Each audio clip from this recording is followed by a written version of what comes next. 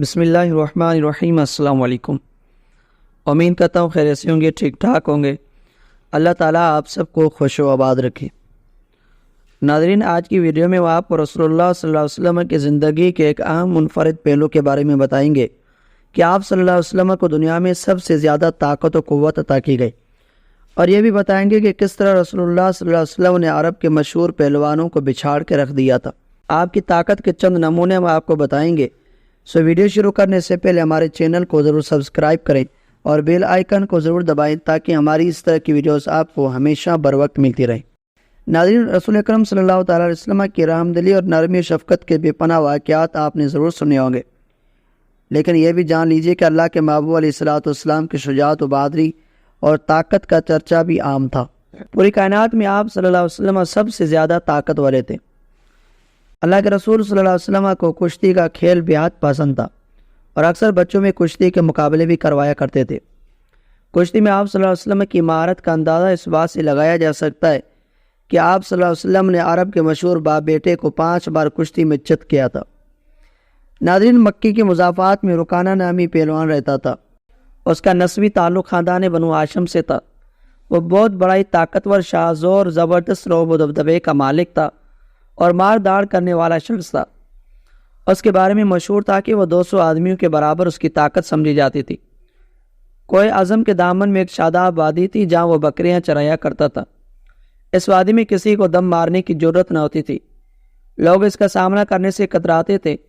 مشرکین اور دیگر دشمنان اسلام کے پروپیگنڈے کی وجہ سے وہ اللہ کے رسول صلی اللہ علیہ وسلم سے شدید نفرت کے جذبات رکھتا تھا۔ اس کی دشمنی اس حد تک بڑھ گئی کہ وہ معاذ اللہ آپ صلی اللہ علیہ وسلم کو شہید کرنے کے درپے ہو گیا۔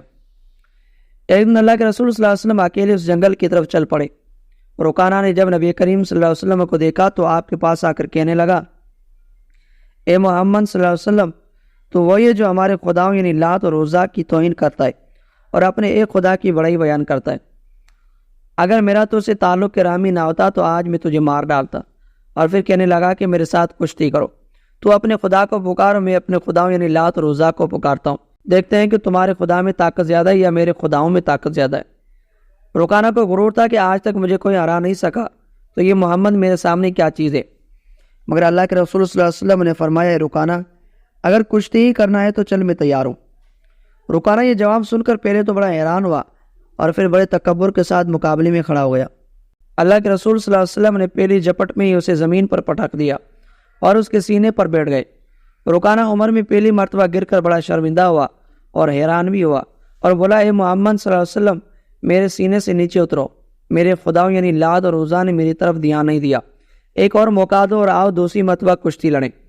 اللہ کے رسول صلی اللہ علیہ وسلم رکانہ کے سینے سے نیچے اترے اور رکانہ بھی دوبارہ کشتی کے لیے اٹھا۔ حضور اکرم صلی اللہ علیہ وسلم نے دوسری مرتبہ بھی رکانہ کو پل بھر میں گرا لیا۔ رکانہ نے کہا، اے محمد، معلوم ہوتا ہے کہ آج میرے خدا مجھ سے ناراض ہے اور تمہارے خدا تمہاری مدد کر رہا ہے۔ خیر، ایک مرتبہ اور آؤ، اس مرتبہ میرے خدا یعنی لات اور عزیٰ میری مدد ضرور کریں گے۔ اللہ کے رسول صلی اللہ علیہ وسلم نے تیسری مرتبہ بھی کشتی کے لیے منظور کر لیا اور تیسری مرتبہ بھی اسے بچھاڑ کے رکھ دیا۔ اب تو رکانہ پہلوان بڑا ہی شرمندہ ہوا اور کہنے لگا، اے محمد، میری ان بکریوں میں سے جتنی چاہو بکریاں لے لو۔ اللہ کے رسول صلی اللہ علیہ وسلم نے فرمایا، رکانہ، مجھے تمہارے مال کی ضرورت نہیں ہے، ہاں اگر تم مسلمان ہو جاؤ تو جہنم کی آگ سے بچ جاؤ گی۔ رکانہ نے کہا، اے محمد، میں مسلمان تو ہو جاؤں مگر میرا نفس جھجکتا ہے کہ مدینہ اور ارد گرد کے لوگ کیا کہیں گے کہ اتنے بڑے پہلوان نے شکست کھائے اور مسلمان ہو گیا۔ اللہ کے رسول صلی اللہ علیہ وسلم نے فرمایا، تو تیرا مال تجھی کو مبارک ہو۔ یہ کہہ کر آپ صلی اللہ علیہ وسلم واپس تشریف لے آئے۔ حضرت ابو بکر صدیق رضی اللہ تعالیٰ عنہ، حضرت عمر رضی اللہ تعالیٰ عنہ آپ کی تلاش میں تھے اور یہ معلوم کر کے کہ حضور صلی اللہ علیہ وسلم وادی اعظم کی طرف تشریف لے گئے بہت فکر مند تھے کہ اس طرف رکانہ پہلوان رہتا ہے، کہیں حضور صلی اللہ علیہ وسلم کو ایذا نہ دے۔ حضور صلی اللہ علیہ وسلم کو واپس تشریف لاتے دیکھ کر آپ دونوں حضور اکرم صلی اللہ علیہ وسلم کی خدمت میں حاضر ہوئے اور عرض کیا، یا رسول اللہ، آپ ادھر اکیلے کیوں تشریف لے گئے تھے جبکہ اس طرف رکانہ پہلوان رہتا ہے جو بڑا زور آور اور اسلام کا دشمن ہے؟ رسول اللہ صلی اللہ علیہ وسلم یہ سن کر مسکرائے اور فرمایا، جب میرا اللہ میرے ساتھ ہر وقت موجود ہے پھر مجھے کسی رکانہ کی کیا پرواہ؟ لو اس رکانہ کی پہلوانی کا قصہ سنو۔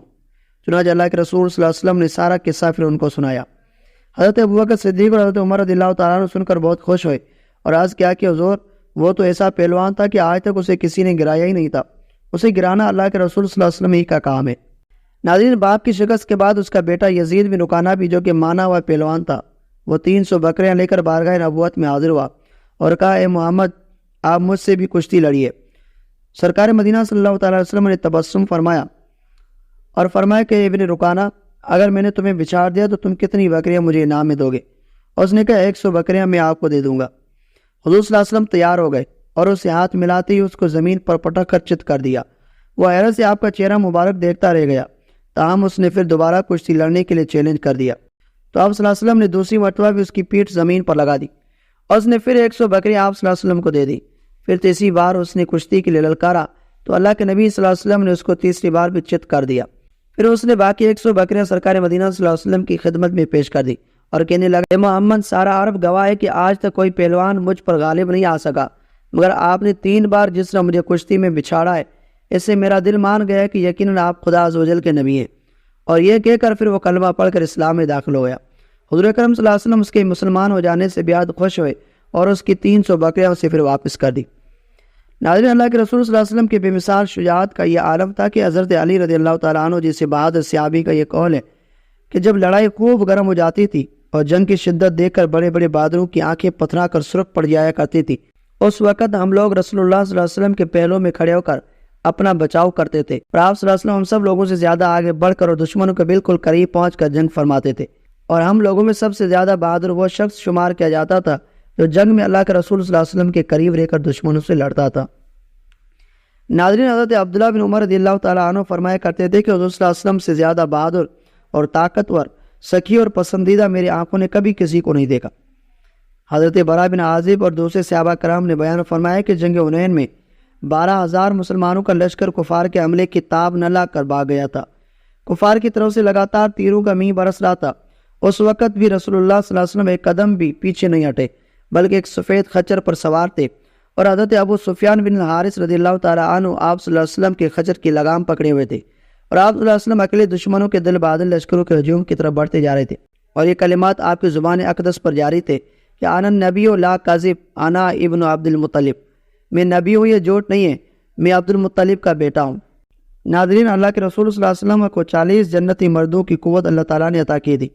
چنانچہ ایک روایت میں آپ صلی اللہ علیہ وسلم کا یہ ارشاد مذکور ہے کہ مجھے نکاح اور گرفت کے سلسلے میں 40 جنتی مردوں کی قوت دی گئی ہے، اور جنتی مردوں کی قوت کے بارے میں رسول اللہ صلی اللہ علیہ وسلم کا ارشاد ہے کہ بے شک جنتی مرد کو کھانے پینے، صحبت اور شہوت کے سلسلے میں دنیا کے 100 مردوں کی جیسی طاقت ملے گی۔ ان 2 حدیث سے پتہ چلتا ہے کہ اللہ کے رسول صلی اللہ علیہ وسلم کو دنیا کے 4000 مردوں کے برابر طاقت دی گئی۔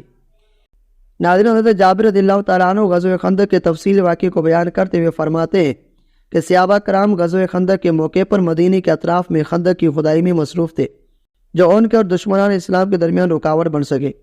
کھدائی کے دوران زمین کے ایک حصے میں سخت قسم کی چٹان کا ایک بڑا سا ٹکڑا نمودار ہوا، جس پر کلاڑی اپنا کوئی اثر نہیں دکھا پا رہی تھی۔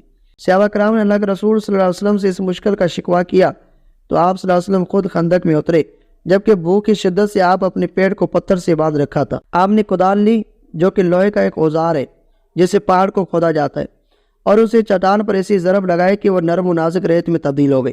ناظرین، کے علاوہ بہت سارے واقعات اللہ کے محبوب علیہ الصلوۃ والسلام کی ہمت اور طاقت کے موجود ہیں۔ ان تمام واقعات سے ہمیں پتہ چلتا ہے کہ اللہ کے رسول کو سب سے زیادہ طاقت دی گئی تھی، اور آپ جیسا طاقتور دنیا میں کبھی پیدا ہوا نہ کبھی ہوگا۔ تو ناظرین، یہ تھی ہماری آج کی ویڈیو، امید کرتا ہوں آپ کو پسند آئی ہوگی۔ اگر پسند آئی ہے تو اس ویڈیو کو لائک ضرور کریں اور چینل کو ضرور سبسکرائب کریں۔ ملتے ہیں اگلی ویڈیو میں، تب تک کے لیے اللہ حافظ۔